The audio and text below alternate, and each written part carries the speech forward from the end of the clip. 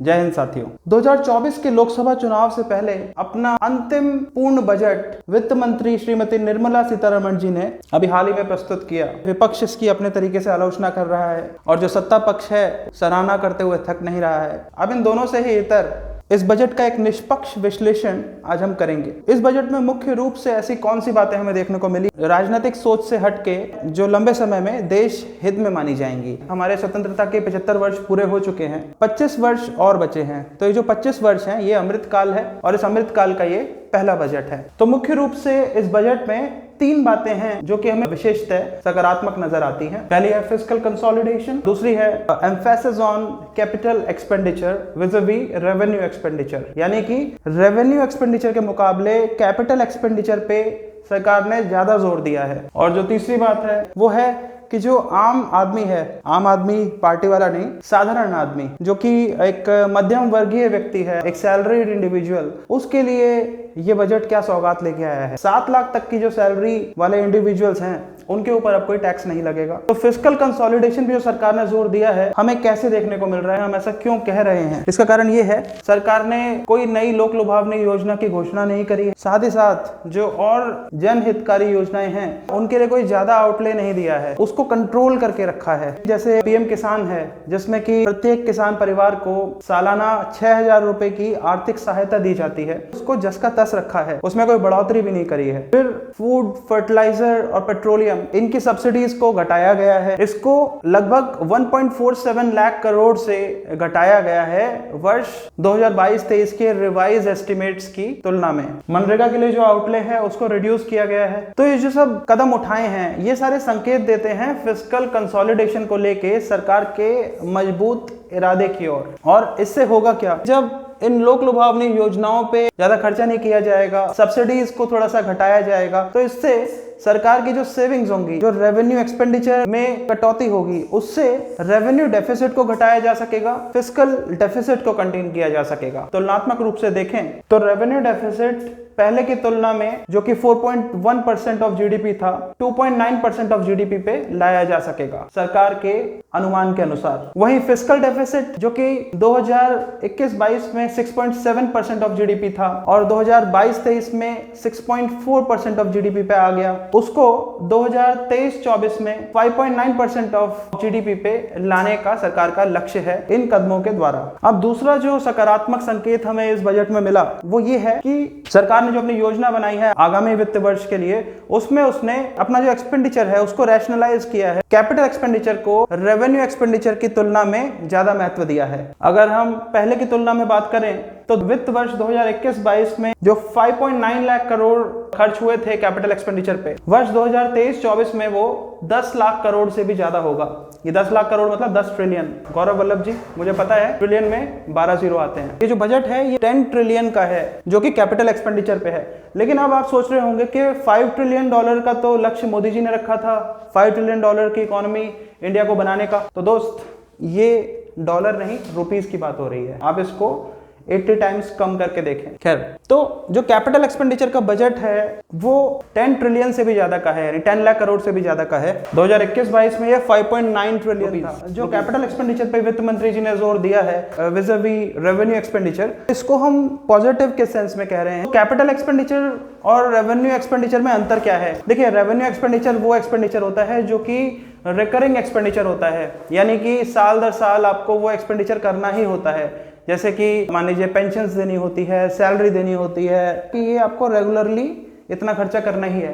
Capital expenditure जो होता है वो वन ऑफ एक्सपेंडिचर होता है, यानी कि वो सिर्फ उस पर्टिकुलर काम के लिए एक एक्सपेंडिचर होता है और वो रेगुलर बेसिस पे आपको हर साल पीरियोडिकली वो खर्चा नहीं करना होता। ये जो कैपिटल एक्सपेंडिचर है ये कैपिटल इंफ्रास्ट्रक्चर को डेवलप करने के लिए होता है। कीनीजियन इकोनॉमिक्स के अनुसार कैपिटल एक्सपेंडिचर के थ्रू हम इकोनॉमिक ग्रोथ को एक्सपेक्ट कर सकते हैं। तो ये कीनीजियन इकोनॉमिक्स क्या है? वो ये है कि जैसे सरकार इंफ्रास्ट्रक्चर में, जैसे कि रोड्स, ब्रिजेस, इनको बनाने में पैसा इन्वेस्ट करेगी। अब इंफ्रास्ट्रक्चर में जब इन्वेस्ट करेगी तो उससे क्या होगा कि एम्प्लॉयमेंट अपॉर्चुनिटीज जनरेट होंगी लोगों के लिए। अब जब एम्प्लॉयमेंट अपॉर्चुनिटीज जनरेट होंगी तो लोगों के पास सैलरी आएगी तो उनके पास खर्चा करने के लिए पैसे आएंगे, और जब वो खर्चा करने के लिए पैसे आएंगे तो वो सामान खरीदेंगे, उससे डिमांड बढ़ेगी। अब डिमांड बढ़ेगी तो प्रोडक्शन बढ़ेगी तो सेल्स बढ़ेंगी, सरकार का जो टैक्स एक्रूवल है वो बढ़ेगा, और टैक्स बढ़ेगा तो फिर से वो इंफ्रास्ट्रक्चर में इन्वेस्ट होगा। तो इस तरह से आप ये देख सकते हैं कि ये एक साइकिल है, और यही John Maynard Keynes, famous English economist, उनकी ये थ्योरी है। उसी का प्रतिबिंब यहाँ पे हमें देखने को मिल रहा है। सरकार की जो नीयत है वो कैपिटल एक्सपेंडिचर पे ज्यादा जोर देने की है विज़-अ-वी रेवेन्यू एक्सपेंडिचर। ये यहाँ पे इसलिए भी इंपॉर्टेंट हो जाता है क्योंकि अगर हम ग्लोबल इकोनॉमिक सिनेरियो को देखें, फाइनेंशियल सिचुएशन बहुत ज्यादा खराब है और ट्रेड के सेक्टर में भी गिरावट देखने को मिल रही है। ग्लोबलाइजेशन के कारण भारत भी इससे अछूता नहीं रहेगा। भारत का जो ट्रेड है, एक्सपोर्ट्स हैं, इवन आईटी सेक्टर में जो जॉब्स हैं, उन पे भी एक प्रतिकूल प्रभाव देखने को मिलेगा। तो जब हम देख रहे हैं कि वैश्विक स्तर पे जो अर्थव्यवस्था है वो बहुत ढीली पड़ी हुई है, तो डोमेस्टिक फ्रंट पे ही सरकार से उम्मीद लगा सकते हैं। तो सरकार ने जो यहाँ कैपिटल एक्सपेंडिचर को ज्यादा तवज्जो दी है रेवेन्यू एक्सपेंडिचर के मुकाबले, कीनीजियन इकोनॉमिक्स को फॉलो किया है, इंफ्रास्ट्रक्चर में इन्वेस्ट करने की जो उनकी योजना है वो अर्थव्यवस्था को संभालने में एक महत्वपूर्ण भूमिका निभाएगी। अब यहाँ पे हमें ये भी समझना होगा कि जो रशिया यूक्रेन क्राइसिस चल रहा है और जो चाइना में जो कोविड की फिर से एक नई वेव आई हुई है और जो वहां कोलाहल मचा हुआ है, उसको लेके भी वैश्विक अर्थव्यवस्था में और भी ज्यादा उथल पुथल देखने को मिलेगी। सरकार का जो रुझान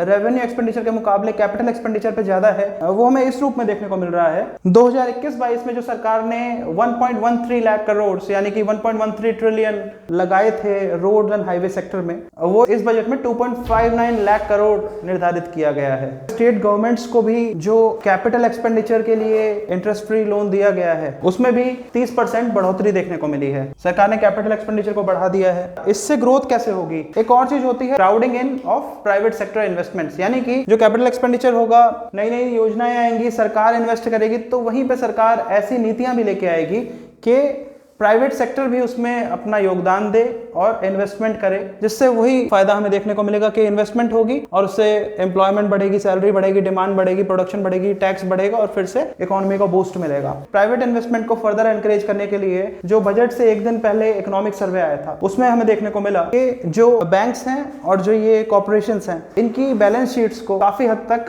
क्लीन कर दिया गया था। इससे होगा क्या कि जो ये बैंक्स हैं ये और पैसे लेंड कर सकेंगे और कॉर्पोरेट्स जो हैं ये और ज्यादा इन्वेस्ट कर सकेंगे। सितंबर 2019 में ये भी देखने को मिला था कि जो कॉर्पोरेट टैक्स है उसको 30% से घटा के 22% पे लाया गया था। सरकार ने तो अपनी तरफ से कॉर्पोरेट सेक्टर को सहूलियत देने की पूरी कोशिश करी है, ऐसा वातावरण देने का प्रयास किया है कि वो और ज्यादा इन्वेस्ट करे, उनको और प्रोत्साहन मिले। अब प्राइवेट सेक्टर बदले में क्या प्रतिक्रिया देता है, कैसे रिएक्ट करता है, ये तो आने वाला समय बताएगा। अब बात करते हैं तीसरी ऐसी बात की जो कि हमें सकारात्मक लगी इस बजट में। अब इनकम टैक्स जो है उसको भी और ज्यादा रैशनलाइज करने की कोशिश की है सरकार ने। जो एक सैलरीड इंडिविजुअल है, मिडिल क्लास फैमिली मैन है, उसको अब टैक्स देने की कोई जरूरत नहीं है 7 लाख तक। जिन लोगों की 7 लाख से ऊपर है और 15 लाख तक है, उनका यह है कि जो उन्हें एग्जेम्पशंस मिलती है, अगर वो उन्हें अवेल नहीं भी करते हैं तो भी उनका जो टैक्स बनेगा वो एक 15 लाख की सैलरी वाले व्यक्ति पे 1.8 लाख से घटा के 1.5 लाख कर दिया गया है। तो ये जो मिडिल क्लास मैन है उसकी इनकम को टैक्स फ्री करने की कोशिश करी है सरकार ने। टैक्स रिजीम को यहाँ पे इस प्रकार सिंप्लीफाई करने की कोशिश करी है कि टैक्स उन्होंने कम कर दिए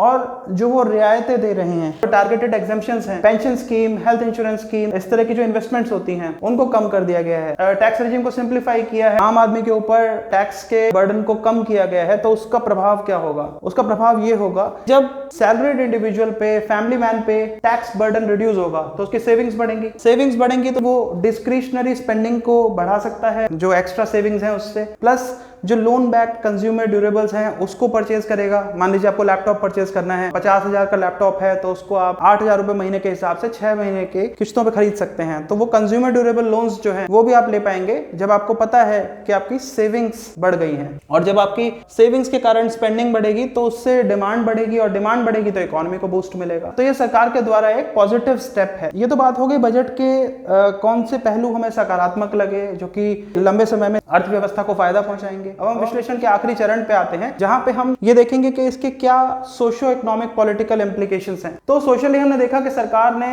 रेवड़ियां बांटने से अपने आप को रेस्ट्रेन किया है। पीएम किसान योजना में हमने देखा कि 6,000 रुपए सालाना जो सरकार दे रही थी किसान परिवारों को, उसको सरकार ने जस का तस रखा है, उसमें कोई बढ़ोतरी नहीं करी है और गिरावट भी नहीं करी है। फिर मनरेगा में जो उसकी एलोकेशन है उसको रिड्यूस किया है। पीएम विकास योजना, जिसमें कि आर्टिसंस, क्राफ्ट्समैन, उनके कौशल विकास पे जो सरकार को खर्चा करना है, उसको महज 540 करोड़ पे ही सरकार ने रोका है। तो ये बहुत कम है, लेकिन सरकार की अपनी प्राथमिकताएं होती हैं, जितना है उसे भी काफी समझना चाहिए। सरकार की जो गेहूं देने की योजना है उसे भी वो जारी रख रही है। तो सोशली लेकिन उसने अपने आप को रेवड़ी बांटने से रेस्ट्रेन किया है, लोक लुभावनी योजनाओं को फ्लोट करने से, नई योजनाओं की घोषणा करने से अपने आप को रोका है। लेकिन हमें ध्यान रखना चाहिए कि 2024 के मई में लगभग 1.25 साल बाद लोकसभा के चुनाव हैं और 9 राज्यों में विधानसभा के चुनाव हैं। तो कहीं ऐसा तो नहीं कि सरकार ने अपना बारूद आने वाले समय के लिए बचा रखा हो। हमें याद रखना चाहिए कि 2019 मई के जो चुनाव थे उससे 4 महीने पहले 2018 दिसंबर में सरकार ने पीएम किसान योजना की घोषणा करी थी। तो अगर ऐसा ही कुछ इस बार भी हो तो उसमें आश्चर्य करने की कोई बात नहीं होनी चाहिए। खैर, जो भी हो ये तो आने वाला समय ही बताएगा।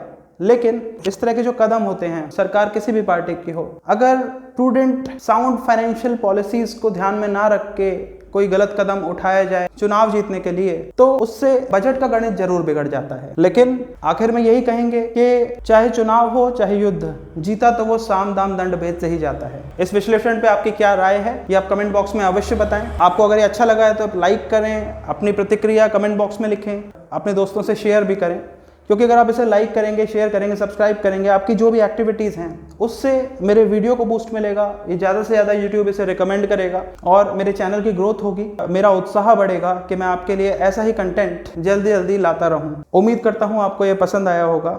धन्यवाद।